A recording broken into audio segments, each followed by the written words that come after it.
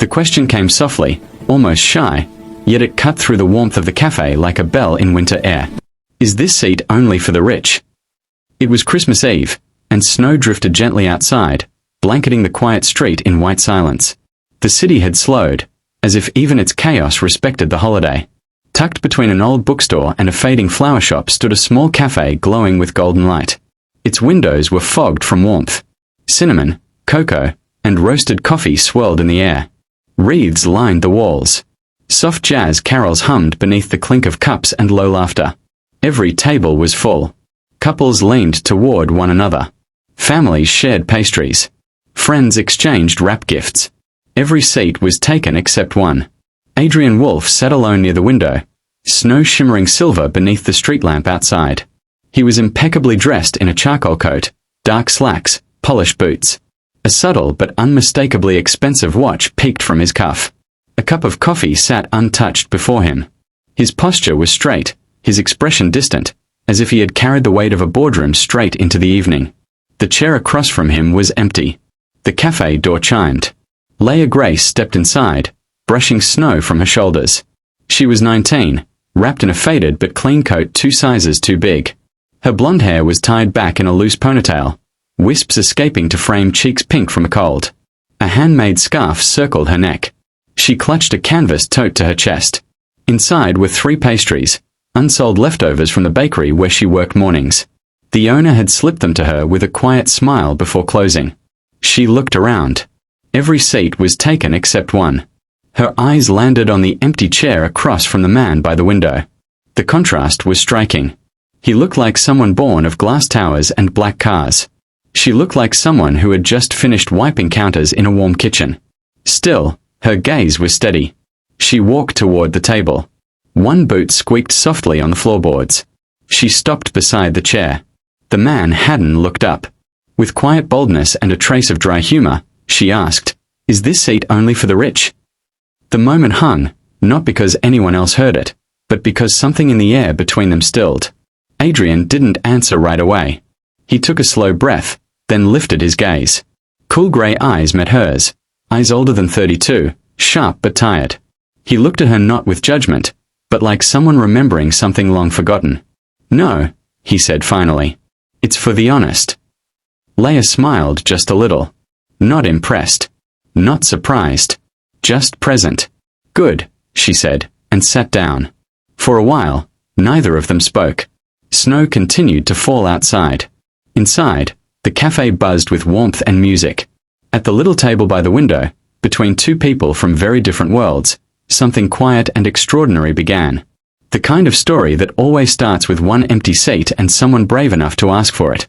As the evening wore on, the cafe grew quieter. Snow thickened against the glass. Leah wrapped both hands around her mug of cocoa as if drawing strength from it. She wasn't nervous. She didn't rush to fill the silence.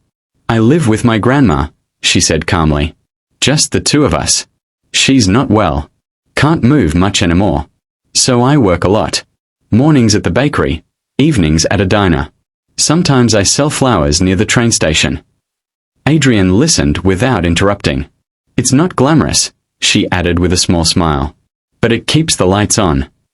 She touched a small button fastened near her collar, shaped like a star, worn but carefully kept. The plane had not yet left the ground, but the moment that would change 3 lives forever had already begun its quiet unfold.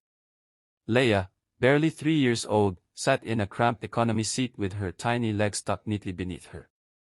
Morning light filtered through half-closed window shades, casting a pale glow across her soft curls. She held a bunny-shaped cookie tin in her lap, her fingers tracing its edges as though she were smoothing the ears of a real friend.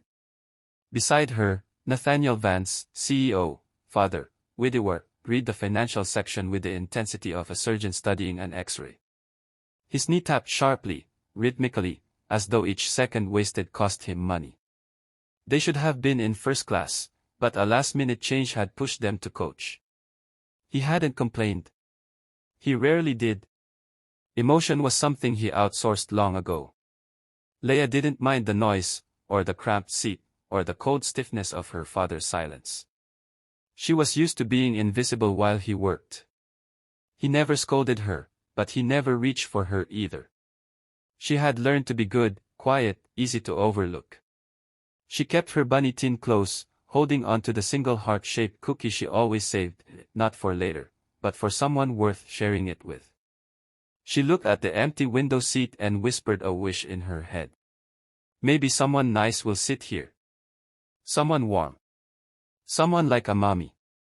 The engines hummed, announcements crackled, and passengers shuffled down the aisle with half-closed eyes and half-open coffees. Then she appeared. A woman carrying a baby, her coat thin, her hair loosely tied, her face lined with fatigue but softened by something unmistakable, gentleness. She slipped into the window seat, whispering a quiet excuse, settling her baby against her chest. The scent of baby lotion drifted through the air. She hummed a lullaby, barely audible over the hum of the cabin. Leia didn't blink. The melody wrapped around her like sunlight through curtains, like something she had heard once, long ago, but could not name. She opened her cookie tin. She lifted the heart-shaped cookie with both hands. Then she turned to the woman. Her voice was a whisper, trembling with a fragile hope no child should have to feel. If I share my cookie, will you stay? The woman froze, startled, touched, confused. Her eyes shifted to Nathaniel, who was still buried in his paper and had not noticed that his daughter had offered a piece of her heart to a stranger.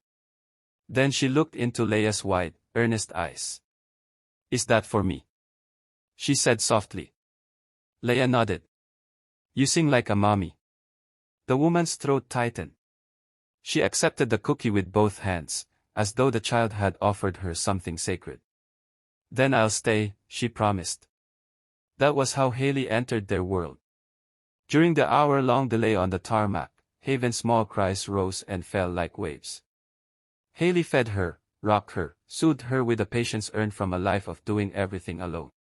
And Leia, quiet, obedient, self-contained Leia, curled against her as though she had finally found a safe place to rest. Nathaniel watched.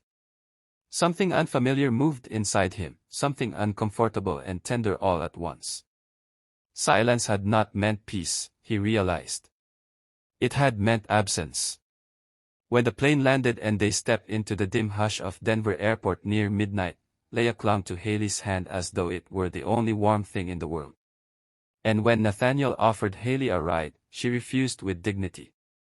Until Leia looked up and said softly, Mommy's tired. Can't we help her like she helped me? It was the first time Nathaniel felt his heart break, not from loss, but from recognition. He insisted. She accepted. And during the quiet ride through the sleeping city, while Haley cradled Haven and Leia nestled against her, Nathaniel saw something profound in the rear-view mirror. His daughter smiled. Not politely. Not cautiously. But like a child who felt safe. As the days passed, something fragile but real took shape. Nathaniel began noticing things he had long trained himself not to see. The way Leia sought softness. The way Haley held both girls with effortless calm. The way silence was no longer frightening when filled with presence. He offered help. Haley declined. He offered again. She declined again. Not out of pride, but because she had learned that help was often temporary, conditional, rehearsed. Then came the day of her job interview. The childcare center was full. She had no one to leave Haven with. She had no backup. Still, she went. She walked into the lobby, and froze. Nathaniel sat waiting calmly with Haven strapped to his chest, swaying awkwardly, humming off-key while Leia giggled at his attempts. We'll wait here, he said simply. Take your time. Haley didn't know how to breathe for a moment. No one had ever shown up for her just because they wanted to, not for convenience, not for appearance, not for obligation. Her interview ended in 15 minutes. But something else had begun. From that day forward, small, tender rituals grew between the four of them. A picnic in the park. Cookies broken into halves. Crayon drawings of four figures, one tall man, one long-haired woman holding a baby, one little girl smiling big.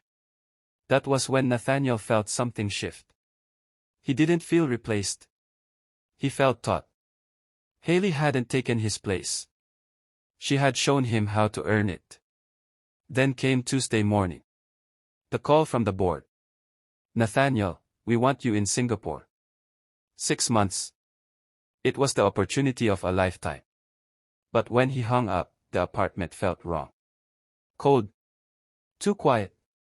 He looked at a photo Haley sent earlier, Haven asleep on her chest, Leia curled against her, holding half a cookie. We found some sunshine. He saved the photo, then stared at it for hours. He didn't tell her. He didn't know how. He only knew the thought of leaving scraped something raw inside him. Days passed. The decision sat like weight in his chest. Until the night Leia appeared at his door, clutching Mr. Marshmallow Bear. I brushed my teeth, she said. He smiled. Good job, sweetheart. But she didn't move. She stood there, small and trembling. Are we going away? She whispered.